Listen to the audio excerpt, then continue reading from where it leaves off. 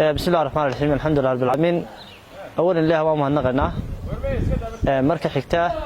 waxaan bulshada reer Laascaan ugu baaqaynaa in bari oo taariikhdu tahay 7 bisha uu jiro olole ballaaran magaalada lagu nadiifinayo marka dhamaan bulshada reer Laascaan yar iyo weynba waxaan ugu baaqaynaa inay si hagar la'aan uga qayb qaataan maadaama 8 bilood magaalada qashin buux dhaafiyay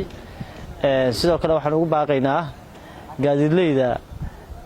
cidii ka qayb qaadanaysa waxaan marka koowaad ugu baaqaynaa in gaadiidleyda dhamaan ee leh iskarogooyinka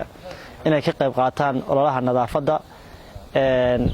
kuna soo xareeyaan gaadiidkooda khayriyada magaalada Laascaan oo halkan goobtan taaganahay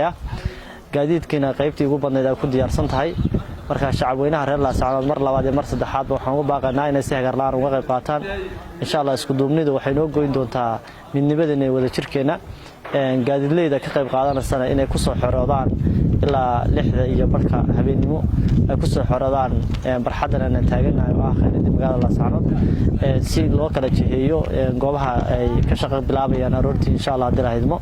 wad mahadsantihiin oo rajaynaynaa in si wanaagsan loo wada qayb qaato gaar ahaan gaadiidleyda la soo xiriirisay gaadiidkeena oo ku soo xoreeya dawladda hoose iyo waxa loo yaqaano khayradii magaalada Laascaan oo goobtan taaganahay gaadiidkeena inuu ku diyaar yahay shacabweynaha reer Laascaan oo u mahadcelinayna waxaan leenahay insha Allah